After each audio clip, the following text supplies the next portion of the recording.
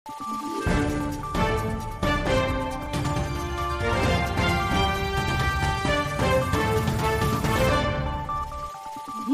araw, Pilipinas! Ito ang Valiente News hatid sa inyo ng Office of the Vice President.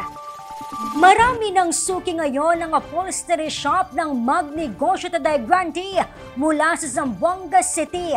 Kung kailan niya sinimulan ang kanyang negosyo, alamin natin sa ulat ni Jera Gomez. Mahigit 2 dekada na ang nakaraan nang naitayo ng Zamboangueño na si Tatay Jerry ang kanyang upholstery services shop dito sa Bougainvillea Street, Barangay Villa Santa Maria, Zamboanga City. Siguro mga 2004 ko nagsugod og upholstery. Hantod karon. Burag na naman po ko'y eksperyensya na hantod kini karon. Sa kanyang pagsisikap, unti-unti nang napalago ni Tatay Jerry ang kanyang munting negosyo. Marami na rin siyang mga naging suki. Usahay 4 ka buok akong mahimo sa isa ka adlaw. Pero doon ako'y assistant. Ako lang tigkat. Dayon, ang kato akong assistant, mau'y manaod. Ang tricycle, ang set ana, 3.5. Ngunit upang mas mapalawak pa ang sinimulan na negosyo, nagsumiti ng mga rekisito si Tatay Jerry sa OVP Western Mindanao Satellite Office upang maging bahagi ng programang Magnegosyo Today.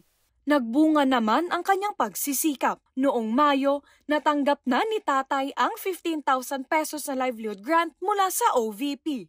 Dako kay katabang, dako po kong pasalamat sa iya. Kaya nga ang among kapital imbes gamay ra, nadugangan. Parehas karon kining mga items, dili naman ako ni mapalit. Kaya napalit naman, gitagaan naman ko kapital. Dagdag, gipalit ako dayon. Mo na ni ang resulta. Gipamalit na ko dayon. Siyempre sa sinugdan pa lang ang among kapital gamay. Hantod, midako man. Musamot na ni karong tabangan na mi karong, kaya di naman mi kapalit. Dito nakapahuman akong mga anak. Mula rito sa Zamboanga City, ako po si Jera Gomez. Lahat para sa Diyos, bayan at pamilyang Pilipino. Valiente News.